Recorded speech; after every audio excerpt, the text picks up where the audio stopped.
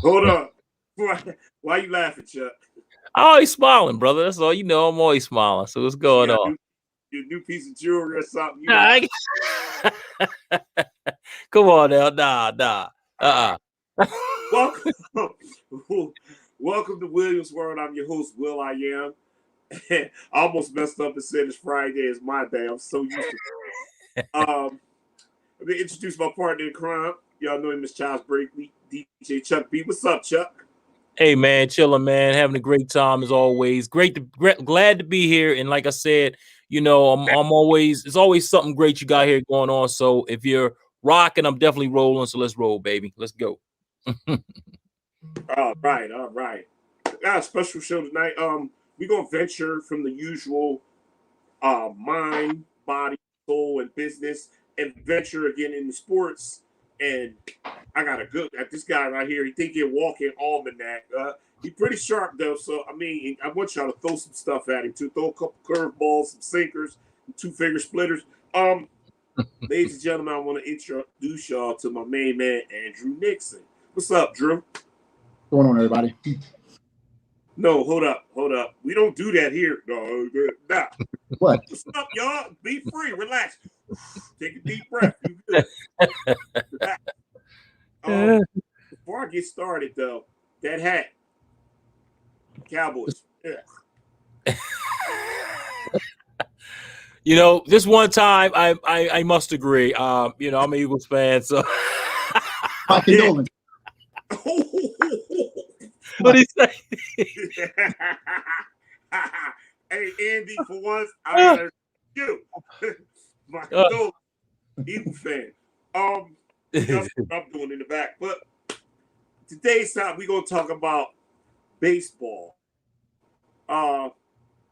Here we are. I want to cover a couple topics. We're gonna go pro and amateur, and my main man, he a Braves fan, and he loved the sport, and I couldn't have nobody better on to talk about it. Our other guest, he running late. Hopefully, he'll make it before the show is over. So we just gonna start the rock out with Andy. Before we get started, tell us something about yourself, Drew. Sure. Let me see. I'm a sports junkie. What's what you know? I'm a Cowboys fan. I'm a Braves fan. I live in Delaware. I'm from Philly. I'm 39. Don't tell anybody I said that though. I'll be 40 in January. Okay. Let me see. I gym every day. I hit the gym every day, 6 days a week. I power lift. It's a huge passion for me. I actually just got home from the gym about an hour ago. And yeah, that's just pretty much me in a nutshell, man. Like I enjoy regular things. I live a pretty clean and healthy life. Don't smoke, don't drink. I really don't party. Yeah, man. I guess you can call me one of those straight edge dudes who just enjoy life regular and don't have to be inebriated or how to do it. There you go. I like it, man. I like it. Definitely. In We your got own some lane, things- doing your thing. We got some things to comment. I don't smoke, I don't drink. I rarely party. I power lift too. Right. I lift this big ass head off a pillow every morning, and then I take about 4 or 5 leaks a day. But anyway, let's talk about your love for baseball. When did you first get into it? Oh, that's easy. So I don't want to get all personal, but so my parents separated way back in 1990, right? Mhm. I was 8. It's crazy. Baseball was the last sport I got into. Mm-hmm. I don't love baseball more than I love football, basketball, and wrestling, but I can safely say that I do. Like the Braves are my favorite team, right? I still love Dallas Cowboys, love them, but the Atlanta Braves just have a place in me that the Cowboys have, but not to a certain, not to the same, not to the same degree. But my parents split back in 1990. We were living down south in North Carolina. My dad was a Marine. When my parents split, my mom took us and brought us all back here to Philly, where my whole family is from. And I had never experienced the inner city, right? I'm not, and so I'd always lived, on military bases in the suburbs. I didn't know what a row home was, right? I had never seen dirt on a sidewalk, right? I was just, and for a 9-year-old, it's pretty intimidating. It's a culture shock, right? It's pretty intimidating. So I really didn't want to go outside. Like, I'm just being honest, I didn't want to go outside. I didn't want to live with a kid. I never seen such rough and disrespectful kids that cuss and fight all the time. I'm like, I'm staying in the house, right? So back then there wasn't, that technology was nowhere near advanced, right? You couldn't just, buy a package and you click it on and see any baseball team anywhere, or any football team anywhere, or any basketball team anywhere. You were pretty much beholden to what you could watch locally, right? Except for maybe on Sunday afternoon NBA on NBC, where they would play anybody, or Tuesday or Thursday night on TNT or TBS. Well, with baseball, all I had was the Phillies on WPHL 17, right? Or if y'all remember back then, Ted Turner owned the Atlanta Braves, and they played on TBS, the Superstation, every night. So I got to watch the Phillies and the Braves every single night when I was a kid, because I was in a new place. It was such a culture shock for me that I was there. So I just watched baseball every night, and I just took more to the Braves than I did to the Phillies, and that's really it. That's my story. Wow. You said a lot. You said a mouthful too. Going back, you really told our age. I'll be 40 next year too. I've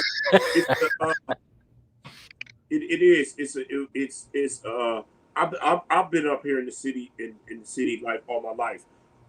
But as a kid, I went down south. I got a lot of family down south, and we went down there, and then in reverse, it was a culture shock. Mm-hmm. To see all the grass, all the dirt, we seen horses, we seen all that kind of stuff. So we like, whoa, it's totally different down here. And like we seen kids like tackling horses, jumping on them, and we seen picking up possums and stuff like that. We never saw that, so it was totally different to us. So I get that, get where you're coming from with that. And also that the time frame, our era. We played every sport. Mm-hmm. We didn't have to have the tools for the sport, but we played it. I mean, I go back to the playing free for all with a milk carton. We had our little lunch. Somebody smash a milk carton, throw it. Somebody pick it up and run with it, and everybody try to tackle. I mean, on blacktop at that. We didn't even play in the grass. That's where my love for the sport first came in. And baseball, coming up, when I was coming up, we had bats and balls in school. Mm-hmm. And at recess, they would give us bats and balls. And like you said, it wasn't, hey, here's the super package. All you could watch was the Phillies. Mm-hmm. You know what I mean? That's all we knew. Larry Bullock, Gary Maddox, and that's when I became familiar with the sport. And so I just went with the consensus theory. Hey, I like the Phillies. So my knowledge is nowhere near yours, but I know a little something, and I had the same similarity. I grew up, my dad liked them, and that made me like them, Right. But then I started picking the Pirates only because they had the song, "Ain't No Stopping Us Now." No, we are family. Willie Stargell and all of them. I liked them because they start coming on TV. They was always in the World Series. They start coming on TV all the time. So, but other than that, I was more of a football and basketball guy like everybody else. And we get to that later too. That's another topic we'll discuss. Yeah, same here, Will. Like you said, we had all the sports here. We even had, I don't know, Andrew, if you knew about we had the little league baseball, and it used to be real big on the east side and the west side. So you had the east and you had the west, and it was several teams.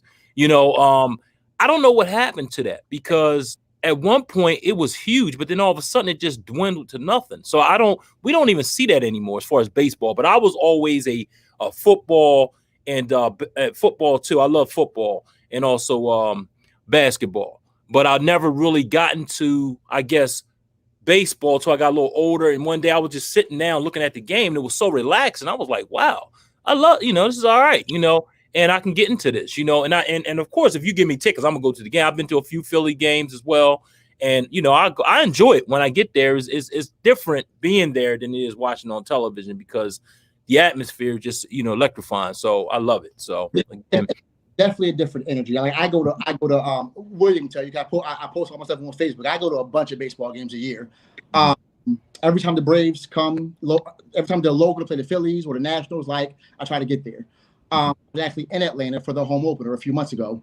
this year. So yeah, it's definitely a different energy. Obviously, I enjoy it, regardless. But it's definitely a different energy. It's a it's twofold because if you're a Braves at a Phillies game, it's you versus 30,000 Phillies fans, right? So, but if I'm actually at the Braves game in Atlanta, it's me and 40,000 other people all on one accord. So Right. it's a different energy, but for me, it's fun either way. Honestly, it might be more fun to be at the Philly Stadium, just to be honest, because I don't mind it. It's me versus 40,000 other Phillies fans. And just I like it. Yeah, and Philly fans are pretty decent. I mean, we were talking baseball. I'll come back to football later, but good. We'll come back later. Yeah. I'm gonna be a little in agreement with you on this one, Drew. Yeah. Anyway, I got a question though, Drew. Between it's something I seen in the comments. We're gonna get to that in a few minutes. Tell me the difference between what y'all doing now, right, opposed to them John Smoltz, Tom Glavine years. In terms of what? What is the big difference? Now, because you're still a fan and you follow them, but right. No. What are your expectations now? You know what I mean? I get it. So you're talking about the Tom Glavine, John Smoltz, Greg Maddux, Steve Airy, Steve Avery, Denny Nagel, Kevin Millwood, David Justice, Fred McGriff, Chipper Jones. Go ahead, man. Woo, Lord, go ahead. That era. So honestly, there really is no difference the way the Braves do things. The Braves build from within. They usually have a pretty great farm system, and they pretty much promote and groom their own guys. That's always been the Braves way. Now, don't get me wrong; they do go out and sign free agents and make quality trades here and there, but it's after they've already created a culture, right? If you remember, Greg Maddux didn't originally play for the Braves. He was a free agent in '93, came from Chicago Cubs. Yeah. Tom Glavine was always a Brave. John Smoltz was always a Brave, but what a lot of people don't know that the Braves didn't draft John Smoltz. John Smoltz was a Detroit Tiger. And John Smoltz got to Atlanta in '88, if memory serves me correct, in a trade with the Atlanta Braves before John Smoltz was John Smoltz. Like, nobody knew him. He wasn't even that good. He was in about a second year. He had an ERA over 5, and the Braves and Tigers just made a swap of seemingly meaningless players. And then all of a sudden, John Smoltz took off from there. So that's always been the Braves' way: build from within and then go cap it off with a quality free agent or two. And that's what they've done now. You look at them now. You have Ronald Acuna Jr., who's my favorite player. The dude is a young phenom, like so many other Latin players in baseball now, like your Ronald Acuna's and your Fernando Tatis Jr.'s and your Vladimir Guerrero Jr.'s and your Juan Soto's. Like the Latin dynamic in baseball is by far the best it's ever been. And I think, in my opinion, and people of generations in the past, might disagree. In my opinion, this is the greatest generation of young players ever. Like, ever. And I'm sure you have people of previous generations that will agree, because you have a time where, Hank Aaron was young and playing. You have a time when Willie Mays was young and playing. You have a time when Roberto Clemente was young and playing. And that was all around the same time. You come up through the years, you have other really good generations, but this is the best collection of young talent in baseball ever to me. But to get back to the original question, the Braves don't do anything different. They do the same thing they've always been doing. They build from within, they add a piece here and there, and next thing they're on a 1, 2, 5, 8-year division winning run, right? Like Ronald Acuna Jr. in-house, Freddie Freeman in-house. And so many other guys, and you add little pieces here and there, like Charlie Morton, and here we are, back on top. And I don't see the Phillies or Mets or Nationals or Marlins ever pushing them off the top of the division for at least another decade. Here you go. I knew it was coming. I knew it. Let me say this though. I will say this. How you feel about this? Everybody says the same thing about their era, the era where they pay attention the most. I mean, and you hear this about other sports. A lot of people say this is the best young talent in basketball. I don't think so. A lot of people say it about football. it's tough to say, because the rule changes play a different part. You know what I mean? Over time. And look, I can't help this. I can't help but throw this out there because Tyrone Highland just chimed in. What's up, Ty? Tyrone Highland is in our group MW Sports Club. Tyrone said, "Y'all do everything but win World Series." Oh, let me put that up there. That's a Yankees fan. So okay, well, Yankees buy championships, so but that's a whole other story. A whole other story. And they've been trying to buy another one since 2009.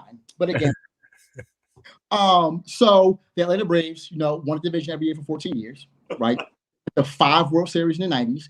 They went in 91, lost to Minnesota. 92, lost to Toronto. 93 was the Phillies and Blue Jays World Series that the Blue Jays won. 94, there was no World Series because of the strike. The Braves went back in 95 against the Cleveland Indians, won in 6 games. Tom Glavine won Game 6. They went back in 98 and 99. 97, they lost to the Florida Marlins in the National League Championship Series. That was the epic Levon Hernandez, Tom Glavine game in Game 7, where Eric Gregg was the umpire and just completely gave the game to the Florida Marlins. Best, neither here nor there. And then 98, 99, the Braves won the World Series again and lost both. But listen, I would rather have a team that constantly strives for excellence, that I know they're going to be in the playoffs and be in the hunt year in, year out, than to be one of these teams that win a World Series, but then for the next 10 years, they're garbage. Oh my goodness. He done struck a match. Like the Parliament World Series was 97. They won a World Series in 2003. Haven't been relevant since. I'd rather root for a team that I know year in and year out, they strive for excellence, because I know year in and year out, they're going to be in the mix, like the Atlanta Braves. Good stuff. Ooh. Hey, we got some comments out there, so let me bring some of these up. I'm gonna start from the top. Listen, let me tell you something. Anywhere I'm present, you always gonna get a lot of comments. I believe it, brother. He ain't lying. Hey, Izzy Meditate says hello, everyone. What's going on, Izzy? Thanks for tuning in. Also, Shannon, Christina, she says hello. What's going on, Christina? Appreciate it. She says, Izzy says, love it. Let's see. We got Tyrone Holland. He says, scheduled to Yankee haters. Okay. We got okay, she's talking to Vern Swig. What's up, Vern? What's going on, brother? But she says, hey, Vern Swig, thanks for tuning in. And we got Bobby Drake. He says the difference is they suck now. Now, Bobby, are you talking about the Atlanta Braves? Who are you talking about? So we can get that straight. Also, I think he was talking about the Atlanta Braves. And Lisa Voice says the homies. What's going on, Lee? Appreciate you for tuning in. Hey. And he has a question. He says better than the Griffey and A-Rod era. Yes. And I love Ken Griffey Jr. You can ask William. I've said it in the group. Yeah. I don't care what anybody says. Right. I'll argue it to death. Ken Griffey Jr. is the greatest player I've ever seen. I obviously, I was born in 82. So obviously I didn't get to see Willie Mays. I didn't get to see Hank Aaron. I didn't get to see Roberto Clemente. But like everyone else was born, slightly after, I've been able to read up on them, see old game tape, see highlights. There's no player that embodied every single thing that you want. Put it this way. Ken Griffey Jr. is the prototype. He could hit, he could run, he could steal, he could play the outfield. Like he was better than Barry Bonds. I know a lot of people are going to say Barry Bonds. Mm-hmm. I'm not one of those people that can just overlook certain things. Mm-hmm. Barry Bonds, they've never been able to prove that Barry Bonds juice, right? But I'm also not a fool, right? You don't magically get that kind of better at 35 years old. You didn't gain 40 pounds of muscle over one offseason without some kind of substance. You didn't go little nugget for you, what you might not have known. Barry Bonds never, ever hit 50 home runs in his career. Never once. Between 1987, from the Pittsburgh Pirates, up to 2001, when he had that 73 home run season, Barry Bonds had never hit 50 home runs in his career. And now, all of a sudden, in your mid to upper 30s, you're hitting 73 home runs with a head the size of a watermelon. Like I just can't. Don't get me wrong. I still believe Barry Bonds deserves to be in the Hall of Fame because Barry Bonds was a Hall of Famer before he allegedly started juicing. He was already a Hall of Famer. He was already multiple-time Gold Glover. He was already in the 30-30 club. He already had 500 home runs. So he's absolutely a Hall of Famer, right? I'm also of the mindset that you can't just wish away everything he accomplished after he allegedly started using steroids because that was the steroids era. A lot of guys were using steroids. Mm-hmm. I believe even some pitchers were using steroids. So I'm of the mindset you can't wash that away. I'm also of the mindset he is the home run king. You'll hear a lot of people say Hank Aaron is still the true home run king. Well, he's not because Barry Bonds has more home runs, right? Mm-hmm. So I'm not somebody that thinks you can just put an asterisk or wish it away. However, having a brain, I can say that, well, you take that substance away, you don't have more home runs than Hank Aaron.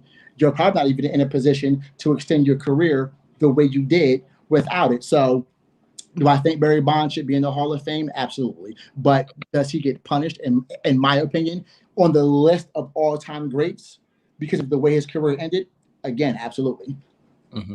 Now, do you think, I mean, let's just say, do you think, okay, as time go on, you get better as time go on. Do you think, even though you're 35, I know they say, father age, you age and you get slower or whatever, but do you think he could have perfected, his stroke, his all around game? Because sometimes the longer you play something or at something, the more, I guess, it becomes better as time go on. I don't know. I'm just saying, I'm trying to look at it in an optimistic way. Let me get some of that.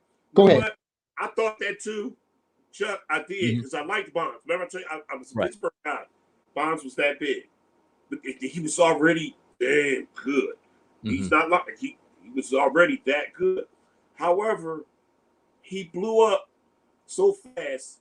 But it was something I was watching on I was watching some outlet, and they said, "Who gets that old and their feet still growing?" That's when they said, because everything don't do that. Everything don't. They said the shoe size even went up a couple notches. So that's when I was like, yeah, something ain't right there. Something not right. Now, the strength part, okay. But like Andrew said, he was already hitting home runs. He didn't hit 70,000, but he was already hitting them without that. You know what I mean? So the skill was already there.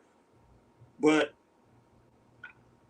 I mean, I get where people want to put an asterisk because the extra oomph came from the roids.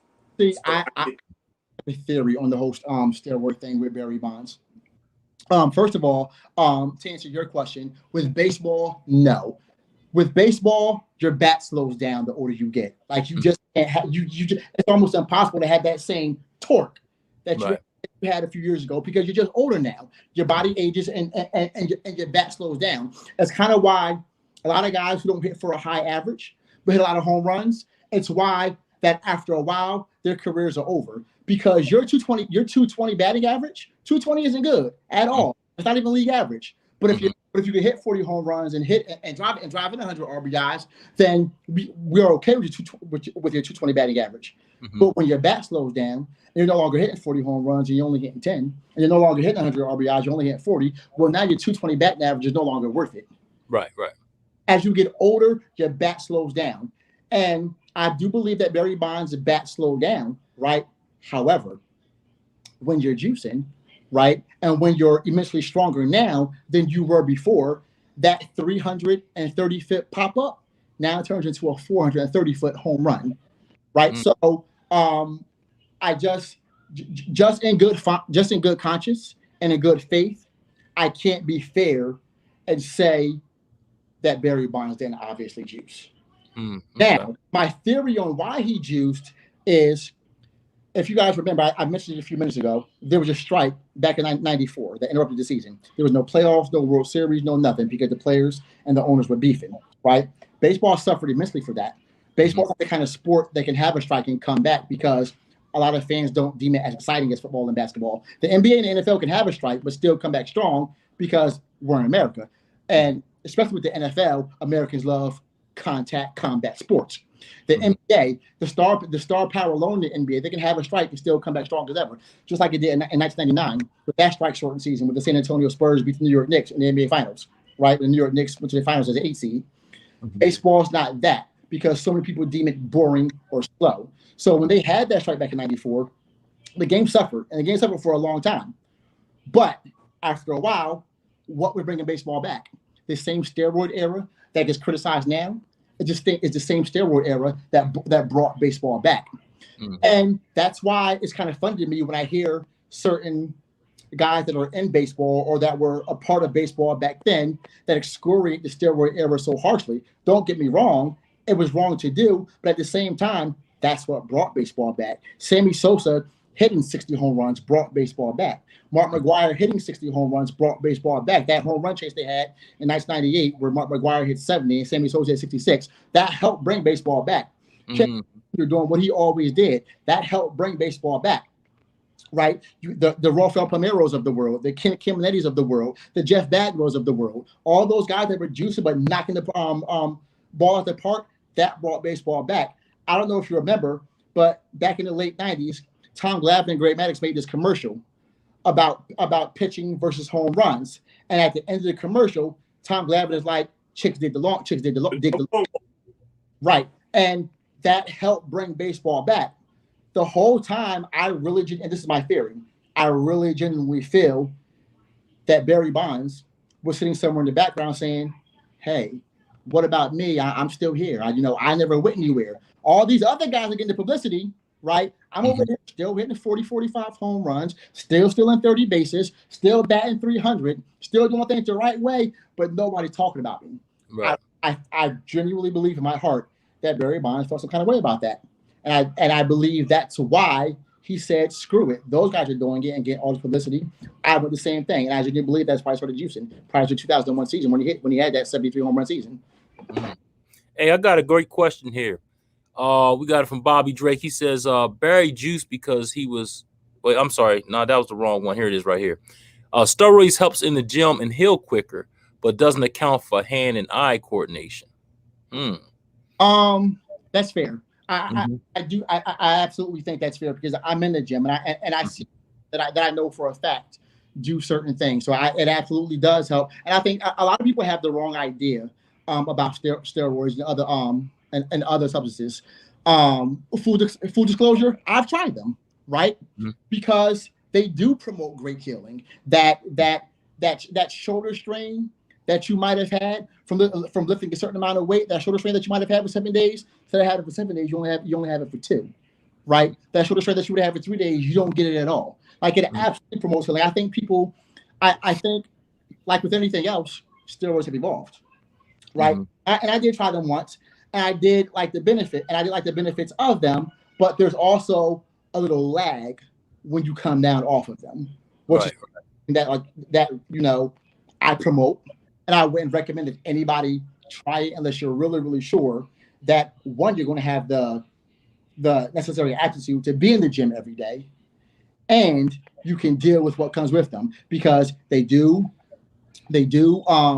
enhance mood for better or for worse. If you're happy, you're really happy. But if you're mad, you're really mad. If you're not someone that can control your temper, you should probably steer clear of them. But Bobby's absolutely right. They're good for the gym. They're good for healing purposes. They're good for helping you reach for breaking through that plateau and reach that peak that you want to reach. And even when you come back down off of them, you'll lose a little bit of strength for about a month. But after that month, you'll be right back where you are. But in terms of sports, I just think they have no place because you're creating an unfair advantage. Right. You're turning like professional athletes are already like robots, right? They're just special individuals that can do things that the average person like you and I can't do. So then when you introduce steroids or HGH to that, it's like putting a jetpack on Superman. So yeah, to my opinion, they have no place in sports. Yeah, and he says the same thing you said. He says Barry juiced because he was jealous of the attention McGwire and Sosa was getting. Y'all on the same page with that one. And also Tyrone Holland says, yeah. He says baseball encouraged it without plainly saying it. Absolutely. Yep. Exactly. So, and we got Kendra Moore to join us. She says, "Hi, fam. What's going on, Kendra? Thank you for tuning in. We appreciate you." And yeah, we got some great comments here. So great information you spitting out there, brother. Appreciate it. Thank you, Rob. Especially the Sosa McGuire thing, because you know what? Everywhere you went, even people who didn't watch baseball knew who Sosa You're right. and McGuire Yep. was. Everybody. I'm talking about the baseball was. How can I say they used this? Baseball, regular baseball games were as hype as a Super Bowl because of that. It was a fever chasing that number. Everybody tuned in. Everybody. I'm talking about if you hated baseball, you still watched it because it was something to look forward to. It was like you rooting for these, cause Sammy Powell and he'd do the hop skip and run you like, yeah. And then Mark would come behind me, pow, and he hit one. It really put baseball back. It's just baseball had faded according, but between I got the 95, them years, them Braves years. I can't deny that. They was loaded.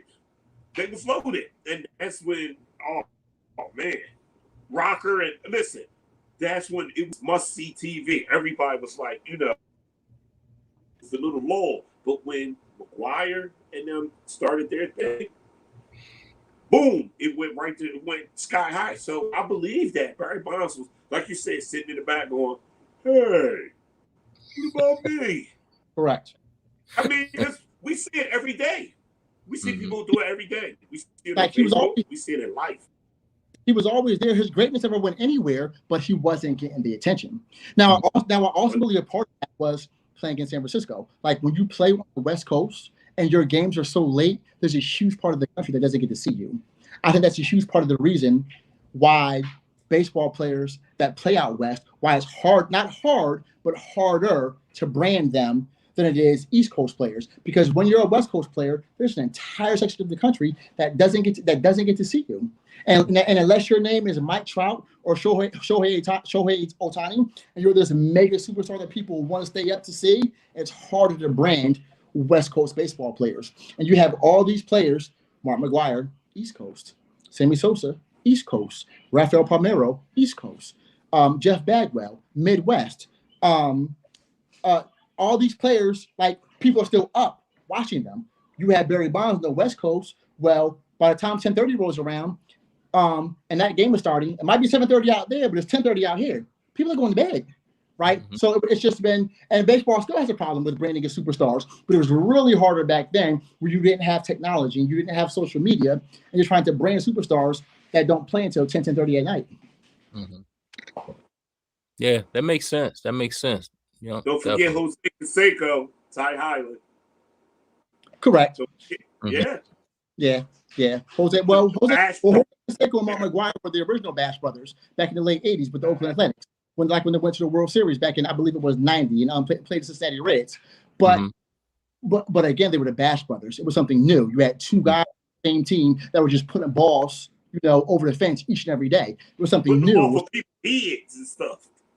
You remember that? One of them hit bumps off the bull head and went. I remember that, man. Right.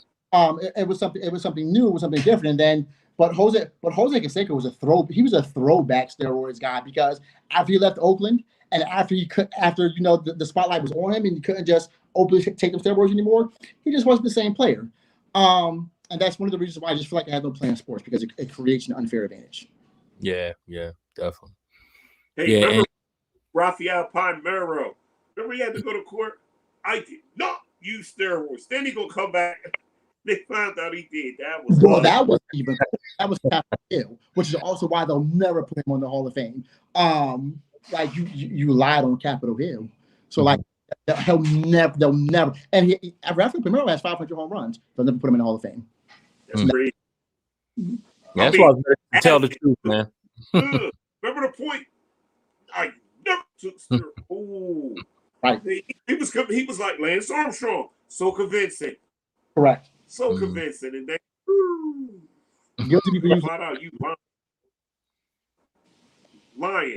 I guess because you're a celebrity, you thought you can get away with it. But right. yeah, all right. Well, anyway, something else I want to throw in the pot, Drew. Something we discussed before we came on air.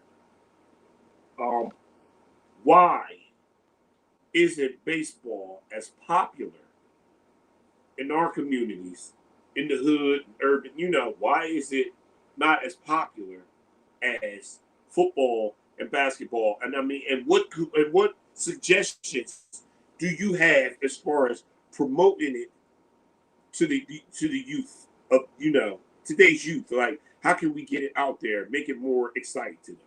Well, I think there are a couple of answers. I think one is there are a lot of economics behind it, and two, there are a lot of societal stereotypes behind why baseball, in the inner cities is pretty much just dead at this. And for me, it's disappointing. I actually used to coach Little League Baseball. I coached actually Lisa Boyd, one of our viewers. Him and I coached together. There's a football field in North Philly on 10th and Allen, and it's the Gators field. But they were starting a baseball Little League at that field and other surrounding fields, and they needed head coaches. And I'm like, and I volunteered because I love baseball, and we coached that team, and him and I were pretty good at it. But so with baseball, I think it's unfortunate, and you can even tell by the amount of Black athletes in Major League Baseball, it's lower than it's ever been. I think Black youth and their parents, I think they deem it a slower sport. I think they deem it a lower scoring sport. I think they deem it a less exciting sport, which in turn is why the kids don't want to play it, and the parents aren't promoting it to their children. Which for me, and like you said, we were talking about this before we went on air. I think people are thinking about it wrong and looking at it wrong. I was telling you guys that Curtis Granderson used to play center field for the Detroit Tigers and the New York Yankees and the New York Mets. He was on a Braves telecast about 2 or 3 weeks ago with Chip Carey and Jeff Francoeur, talking about a youth initiative that him and Ken Griffey Jr. and certain other former black players have. CeCe Sabathia is also a part of it. But they were talking about how they just go city to city, talking to kids and helping to start youth baseball programs in inner cities and to try to bring baseball back to the inner city. And he said he would ask the kids, well, why don't you like baseball, or why don't you enjoy baseball, or why don't you want to play baseball, et cetera, et cetera. And he said one of the answers he kept getting is that well, baseball just seems boring, baseball just seems low scoring, et cetera, et cetera. And Curtis Granderson says to the kids, well, think about it. When you're watching a football game, right, and a team has 21 points, they only scored 3 times. It would be equivalent to a baseball team scoring 3 runs in a baseball game. You're looking more at the number than you are at the how can I say it? At how hard it was to score that point or score that run, right? So baseball by a lot of people is deemed less exciting, deemed a lot slower. So, and unfortunately, for whatever reason, for a lot of inner city kids, it's just deemed less fun. You look at the economics of it, baseball is a much harder sport to play than basketball and football. There's so many intricacies that go into playing baseball. Just think about it. I heard Freddie Freeman say it before, and it makes so much sense. You're trying to hit a round ball with a round stick. Scientifically, it's just not supposed to be able to be done, right? So baseball is a much harder sport to play. When you're playing if you're playing an infield position, first base, second base, third base, shortstop, you might have to field a ball that's coming at you 108 miles per hour off the bat, right? Baseball is just a much harder sport to play, and when it's a much harder sport to play, and you think about the economics of it, think about traveling teams when it comes to Little League Baseball. They're expensive, right? Not only are they expensive, every single year, if you're part of a traveling organization, you have to try out again every single year. Not only do you have to try out again every single year, you have to pay to try out every single year. And with baseball being such a hard sport to play, what if you try out and you don't make it? There's so many things that go into baseball, not being in inner cities anymore, especially when like I said, with regards to economics, parents just can't afford it, and Right. they have kids just not wanting to play it because it's deemed less exciting. When in actuality, and anybody can go on and look it up, the average baseball game is actually shorter than the average football game. The average baseball game is about 2 hours and 40 to 45 minutes. The average football game is about 3 hours to 3 hours and 5 minutes. But again, because it's deemed as having less action, it seems longer. It looks longer. When in actuality, the average baseball game is about 20 minutes shorter than the average football. I think there's a lot that goes into baseball and not being in the hood, not being in inner cities. But I think that's where you start. It being deemed less fun, with less action, and the economics that go into it, and a lot of inner city parents, unfortunately, just not being able to afford to say, "I'll pay for your tryout," but there's no guarantee that you're going to make the team, right? Where you have all kinds of little league football teams across cities, well, there's so many more players that play for that football team, so it's likely that if your kid just tried out for the football team, she'll probably make it. Mm-hmm. With the basketball team, if you can't play for if you can't play for Eighth and Diamond, then you could probably go play for 16th and Susquehanna, right? If you can't play for 16th and Susquehanna, you could probably go play for 22nd and Diamond, right? Mm-hmm. So but with baseball, you don't have that. You're pretty much one and done. So I think, like I said, less action, economics go play a huge part in baseball just being dead in inner cities. And it's not the sexy sport either. Mm-hmm. It's not the sexy. I mean, when I was coming up, Chuck, we were coming up. Even in high school, baseball was big. Mm-hmm. It was big. I mean, now you don't even hear, baseball. And I think, not to sound detrimental, but a lot of times it's the parents don't want you playing baseball now. Oh, you gonna go play basketball? Oh, you gonna go play football? What if they knew the economics of it? You're going to be a millionaire regardless if you're good enough to make it to the elite level. Right. But the money is in baseball. I know it is. It is. Yeah. Say that the contracts in football and basketball aren't big too. I don't want to say that. But you got guys signing $350 million contracts. And unlike the NFL, that money is guaranteed. You can sign a 13-year contract in Major League Baseball, play for 8 years, still have 5 years left. Guess what? That team owes money. Bobby Bonilla. The New York Mets to this day are still paying Bobby Bonilla, and they're going to be paying him until 2035. He hasn't played baseball since 2001. Wow. But they're still paying him.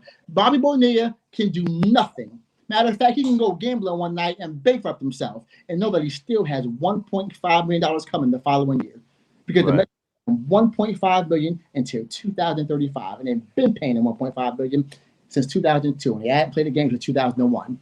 Wow. So, now, I will say this, though. The road to that is more difficult. I think what a lot of people don't realize is there's 4 levels to professional baseball. There's single A ball, there's double A ball, there's triple A ball, there's the major leagues. You have guys that spend 5, 6, 7, 8, 9, 10 years in the minor leagues before they finally make it, right? Because there's so many people that play.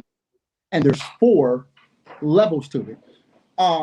So it's harder in baseball to reach that apex level than it is in football and basketball. But if you work hard enough, and if you're talented enough to reach it, the financial implications are limitless. Yeah. Hey, we want to go back to this comment here. It's a great comment here. Tyrone Highland says, really sad because it used to be a strong sport in the hood. When the business left Chester for the suburbs, baseball went with it. And that's true because it definitely left the hood. When we were coming up, that's all they talked about was little league baseball. And he also says baseball is money. Baseball is money guaranteed. So it's money that's guaranteed. And he also says no salary cap on baseball. Absolutely right. And that's something, man. That's wow. And he says the worst contract in sports history. I think he was talking about the one you were just talking about. And of course, he said the same thing. Yeah. So. Hey, and that explains why, like, you'll see a lot of football players, boxers, all sport. You'll see where are they now? You'll see them on sports where they're broke they don't have any money. But I rarely, and I don't know if it's true, but me personally, I never seen a baseball player on any of those stories at all. The only baseball player I can think of that lost everything and unfortunately because of his habit, is Darryl Strawberry. No, and got good. Darryl got good in both. So it cost everything. But in general, like it's hard to come across a broke professional baseball player. Yeah. Mm-hmm. It is. I don't see him. I never seen one like Strawberry. But them guys, they was on Brew Cream, so heavy. Right. So we get that, but they're the difference. But other than that, like me and Chuck talked about this earlier today, they done documentaries on this type of thing. You'll be surprised at how many of these cats had boatloads of money, and now they struggling to get a Happy Meal somewhere, right?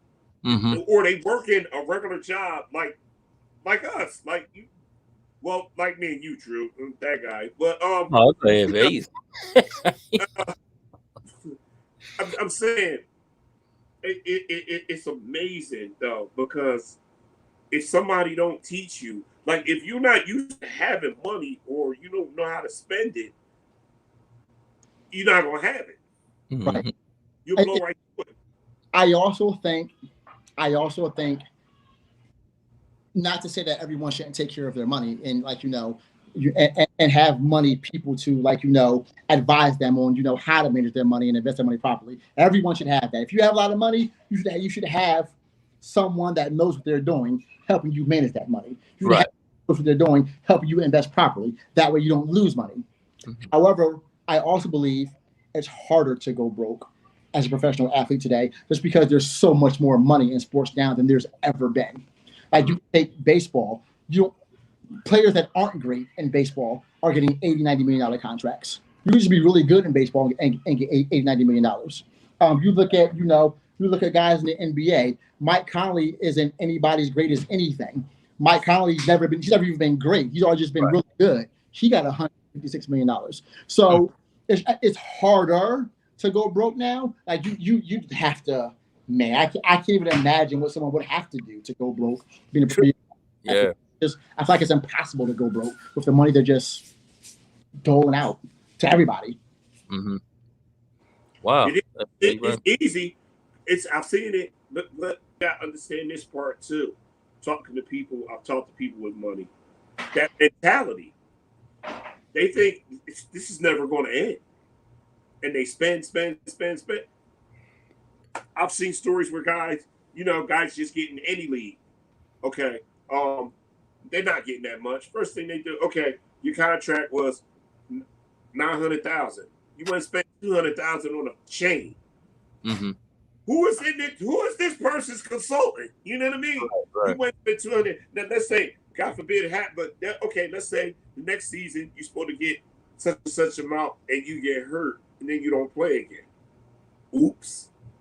That's the mentality a lot of them have. Like, this is never going to end, And I got money now. I'm supposed to, And it's like what they say: a fool and his money will soon part, and that's so true. Seen it millions of times. My son, I was out with my son one time, and we seen this guy. He had a pair of Dockers, and he had a pair of no-name sneaks, a pair of Bobos, whatever.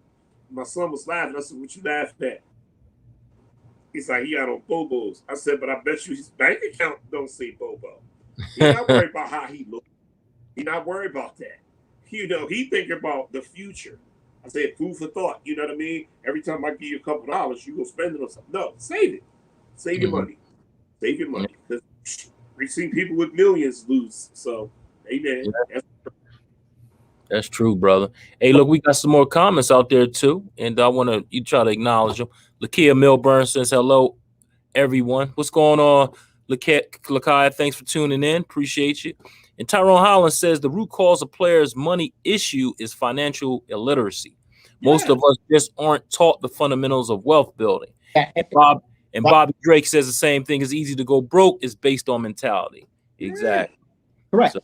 I said you've got to have someone that knows what they're doing, helping you manage your money and helping you invest wisely. That way you don't lose money. If you don't have that and you're just out here spending frivolously, you're either going to go broke or more likely, I just can't envision a guy that's getting paid $156 million over a 5-year contract. I just can't imagine that person going broke. I like, what could you possibly do? Yeah. Broke, unless you're literally just, I can't imagine it. I can absolutely see you being a lot less or having a lot less money than you previously had if you don't invest wisely. And if you don't have someone that knows what they're doing, help you manage your money. Yeah, but you absolutely, man, 156 million, you really have to be spending you have to be buying some crazy stuff to lose all of that. I mean, how many cars do you need? How many houses do you need? You know, how many boats do you need? They spend crazy amounts of money, man, and it's crazy. And he makes the perfect point. Bobby Drake, he says, look at the upbringing of the ones who go broke. Yeah, a lot of times if they don't have and they don't know, they'll continuously spend. But that's a lot of money to spend, $156 million. Right. I mean, of course, you got to pay taxes and all that. So you figure you break it all down, even 100 million. Once you get to that, I mean, it's still a lot of money. Right. I mean, just break it down. If you have a $150 million contract and it's a 5-year contract, what is that? 30, 60, 90, 120, 150. That's $30 million a year. So every year you're guaranteed to get $30 million, right? I just don't see how you can take that and go broke. I'm not saying I don't either. But what could you possibly do? Listen to this. Especially with MLB and the NBA, because all that money is guaranteed. Now, with football, I can see it. It's not all guaranteed. But with players, I don't. Here's some food for thought too. I never forget this. Guy once told me one time. He said he was giving me an example. You got a guy that do construction work, okay? You got a guy that work at McDonald's. The guy that work at McDonald's got more than the guy that do construction work. Why? It's not how much money you get; it's how you spend it. And that's the thing. Think about this. I can't lie. Let's say I hit the lottery tomorrow for 100 mil. You broke it down. Let's say I got 80 mil.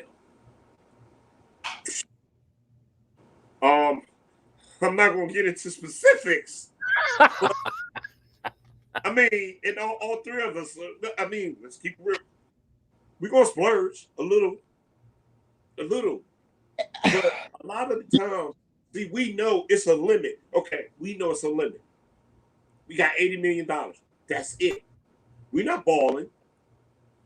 We're not this. We're not that. We're not balling like that. These guys get contracts and they figure, hey, I'm gonna get more. Look at Dennis Schroeder, what he did. You know what I mean? Exactly. He thinking, okay, this is never going to end, and they're going to give me this and this and that. Huge reality check, even though $5 million is nothing to sneeze at. You know, none of us got $5 million. Not close to it, but you understand what I'm saying? He lost $80 million. $80 million. That's crazy. How do you blow I need to look, man. We need to figure out how do you blow 80 million. I need to figure that out. There's only two things that could have happened. Either he got bad advice from his representatives, or he got the right advice from his representatives, but he overvalued himself. Those are only two options. Because you $84 million to get the $5.6 million exception from the Boston Celtics. You cost yourself $80 million. I was watching Undisputed yesterday, and Shannon Sharp was talking about, because I don't know if you guys saw the story or not, but Nerlens Noel is suing Rich Paul because he's saying Rich Paul gave him bad advice with regards to not taking a really big contract that was offered. Take this small one, play the long game, you'll get a bigger one next year. And then he got hurt and it never happened, right? He's saying he got bad advice. I can't rock with that because you don't work for the agent. The agent works for you. The agent works at your behest. The agent will accept or decline whatever you tell him to accept or decline. Nobody knows your talent better than you. Nobody knows your skill level better than you. Nobody knows your capabilities better than you. Nerlens Noel has zero offense. Zero offense to speak of. He's skinny. He's not very strong. He's not even a good rebounder. All he is a rim protector. When that big contract was offered to you, it was more money than you have ever seen or been offered ever again in your life. You wanted to not understand what your limitations were, and you didn't take it. So for me, it's a frivolous lawsuit. And if I'm Rich Paul, I'm not giving you nothing, right? As the agent, I work at your behest. You're the boss. You're the one paying me. So I'm just not with the, oh, he or she must have got bad advice. Yeah. This is where we talk about the literacy part, illiteracy part, literacy, how you got to know, when to hold, when to fold, and when to do certain things. And you're right. It's up to you to make that decision for, your agent. You make these decisions. But if you don't know how to make a decision, then, there you go. You make these bad decisions. And Bobby Drake, thanks for that too. Yeah, we were just talking about how do you blow 80 million. We know what happened with this. He said he only blew 80 million because he didn't sign the contract. Yeah. But I'm saying we have guys out there blowing $80 million or more. I need to see how they did it. I need to see it. I can't fathom it. Yeah. I can't fathom it. Unless you're literally just spending, right, and not investing. Like I would love to just have $1 million. I'm gonna take that $1 million. I'm gonna turn it into $10 million. Yeah. Turn it into. I'm going to get somebody in my corner who knows what they're doing. What's booming right now? What's something good to invest in? What kind of business can I take this money and start and grow that business? Maybe turn this business. There's one little store. There's one little shop. There's one little whatever into 5 little shops. Right. And how do I turn these 5 little shops into 10 big shops? Like what's booming right now? What can I invest in or create that I know I can grow it? And it's small right now, but 10 years from now, it's going to be raking me in more money than now. Right. And you know what? Izzy says this, I think it's easy to blow 80 million living that lifestyle. But again, you can live a lifestyle, but then what are you eating? $1 million meals? I mean, I'm trying to figure it out. You know what I'm saying? No, you see it. Listen to this. Listen. I'm gonna give you 2 things. Listen to this. One thing we all seem to forget sometimes. These are kids. These are kids. Think about it. These are kids. Now, being true, they kids. That's number 1. Number 2, I'm gonna give a good example because Andrew was there on this bumpy ride that me and other Steeler fans had to endure when everybody, had so much to say. Le'Veon Bell is a prime example. He held out. Am I right, Drew? You know what I'm talking about? He held out. He got a smaller contract from the Jets, which they terminated because they said he wasn't that good. He went to the Chiefs on a 1-year trip. Where is he at now and how much money he got? Le'Veon Bell. I think with Le'Veon Bell, more goes into it than that. I don't know if it's injury. I don't know if it's mental. When Le'Veon Bell was a Pittsburgh Steeler, like his talent was through the roof, right? I don't think you just lose that talent overnight, right? He did take a year off, right? I don't know what happened, but it just seems like no matter where he's been, he's just never been able to reclaim the level of talent he had when he was. So I think with Le'Veon Bell, it's slightly different than other players that miss out on certain kind of money because Le'Veon Bell was that talented, right? Where a lot of these other guys aren't that talented, but they're overvaluing themselves. And I think Dennis Schroeder looked at someone like Mike Conley and said, well, dang. And she got $156 million, right? Not realizing that there's certain intricacies to Mike Conley's game that you don't have in your game, right? It's not just about talent. It's also about 1, productivity, but 2, how well you mesh with guys around you, right? There's value in that. Dennis Schroeder has never been anybody where you look at him and you say, well, when he plays with such and such, like he's this good. He's always been the same guy, right? So you have to understand what there's value in other than just the physical aspect of the game.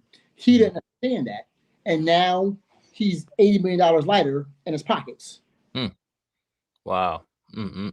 Hey, Bobby Drake hit this right on the news right here. Says, frivolous spending, footing the bill for friends. Yes, indeed. Family and entourage and bastard baby making. That's the number right there. These babies, definitely. You know, 'cause I know some guys, 10 babies here. I'm like, what the, oh Lord. So I can understand, you know. That's true too. You remember Travis Henry? Travis Henry, remember him? Buffalo. Remember Travis Henry, running back, played for Buffalo? Yes. Yeah. Yes. How many kids did he have? Y'all remember? Was it 13? Yeah. How many kids do Phillip Rivers and his wife got? They got 1 million kids. Phillip Rivers and his wife. They don't believe in birth control at all. But Phillip Rivers has had what? 3 or 4 professional contracts? Yep. Phillip Rivers still has hundreds of millions of dollars in his bank account. I know the words financial literacy and illiteracy were mentioned, man. But for me, I feel like in 2021, with so many things, right? We could, whether I don't want to get off the topic of sports, but whether we're talking sports and money literacy, whether we're talking about race relations, I feel like in this day and age, it's damn near impossible to not be aware. It's damn near impossible to not know, because in this age of information, in this age of technology, in this age of internet, information is everywhere. Information is at our fingertips. You come across information on accident, in this day and age. So I kind of don't want to use financial literacy or illiteracy, or like I said, even if we were talking about race relations, or maybe this person has never been out of this area, so they don't know. I'm not giving you that excuse, because it's impossible not to. Information is everywhere. Like I said, you come across information on accident, right? So I just feel like it comes down to one word: irresponsible. Yeah, and this is Bobby Drake has the most irresponsible comment. Travis Henry has 11 kids from 10 women. Wow, that's ooh. Well, didn't Sean Kemp have like 9 kids by like 7 women, something like that? Yeah, but still, I still say, but still, it's impossible to blow that kind of money, because you have it coming back to you. Right. Like if you sign that 5-year, $150 million contract, you're guaranteed $30 million a year, and you're getting that same $30 million every year for 5 years. How do you know that? Yeah, that's true. I mean, that's true. I'm with you on that, because I'm still trying to. I mean, you had to spend. I mean, you really had to really go off. Like you had to just spend like you just didn't care, or like you said, make investments, or just giving up money. I got it. Here you go, or taking care of friends, family, stuff of that nature. So I would just love to see a life in the day, or how to blow. I would just love to see it, because that would just be amazing to see that. Give me 5 boats. Give me 5 yachts. Give me 5 Lamborghinis. Give me some whatever's out there, the Phantoms, all that crazy. So give me all that. Right. You just said it. I don't get it. A lot of them make bad investments and get robbed too. Don't forget that. I saw that on that. What's that documentary? Broke. A lot of guys made bad. I think people. This is going to sound bad. I don't mean for it to, but I think a lot of people are like this. A lot of people just aren't very smart, right? Yeah. I think a lot of people can only think to a certain point, and then their brain fall. Don't make it hard. Don't overthink it. Me personally, and William can tell you, I have a major affinity for sneakers. I've lost count at how many I have. I have a room in my house that's just sneakers. Right? If I hit the lottery and I won, a bunch of money, I would either invest in Foot Locker, or I would just say screw it and buy one. Right? Sneakers aren't going anywhere. So the sneaker game is like it's pretty lit. It is, right? I would just invest in a Foot Locker, or I would invest in a Champs, because that stuff is going nowhere. So just invest in something that's here to stay, that isn't going anywhere, that people go out every single day and spending millions of dollars on. Just think about how much money is spent in the world every day on sneakers. Yep, that's true. Yeah. Just fine. That's why I said earlier, forget you somebody that knows what they're doing and just ask them what's booming. Mm-hmm. How can I take this? How can I take this? I just won $1 million. How can I take this 100,000 that I'm just giving to you and turn that into another $1 million? Mm-hmm. There you go. All right. Man, hey, awesome information, awesome show. Hey, we'd like to thank all the comments out there. Hey, Mary Ellen Boyer, how you doing? Thanks for tuning in. Definitely appreciate that. So yeah, awesome. we almost our allotted time. I think we went over a little bit because it was all good, man. It's all good. Yeah. Something that we forgetting. Got to pay homage to the sponsors. Yes, sir. So we're gonna pay homage to the A game, and I'll be right back.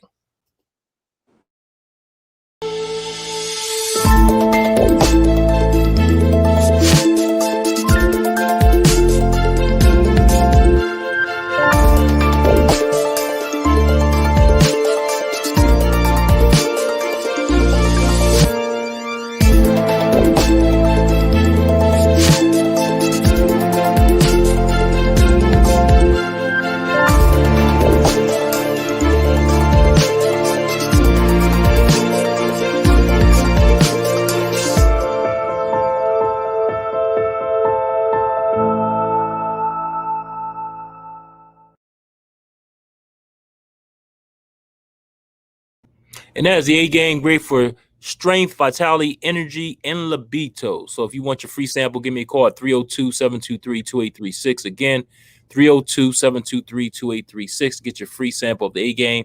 This is for men only. Great product, definitely works. You need to check it out. Well,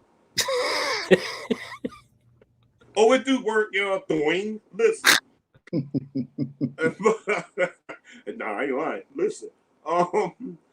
Before I wrap up, I'm gonna drop something on Andrew. We do health and wellness things too. You work out.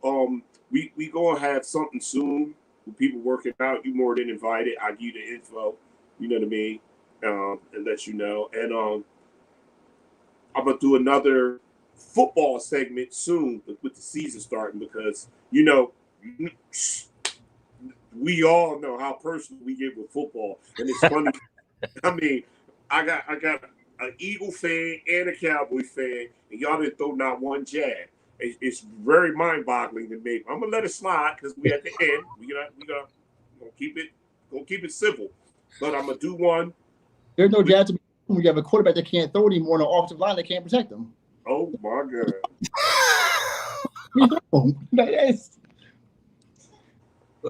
Go ahead, Chuck. What you got? Hey, listen. When I talk to him, I thought he was talking about Big Ben, but again, like I said, is it on? I'm on. Okay, I'm on.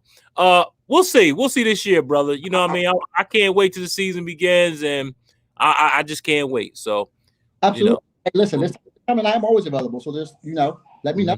I'm here. I give it to you, brother. I love your knowledge. Your book of Will out of time. He's a bit. He's an encyclopedia of great knowledge. I appreciate that, brother. We will definitely have you back on. Definitely, But again, definitely for the Eagles game, Eagles versus Cowboys, that's gonna be a good one. So definitely, we got to get you back on here. Free. Eagles Cowboys free. That exception. Yeah, Andy, I'll give you a heads up on that, man.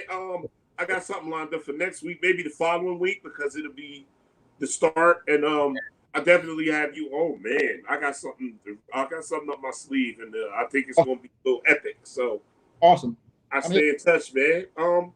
Thanks for coming on. For my Feel Good staff, the Feel Good Talk staff, my main man, Mike Strahan. Chuck B.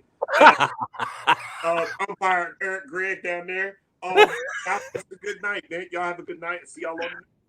All right, man. Peace. Y'all have a great night.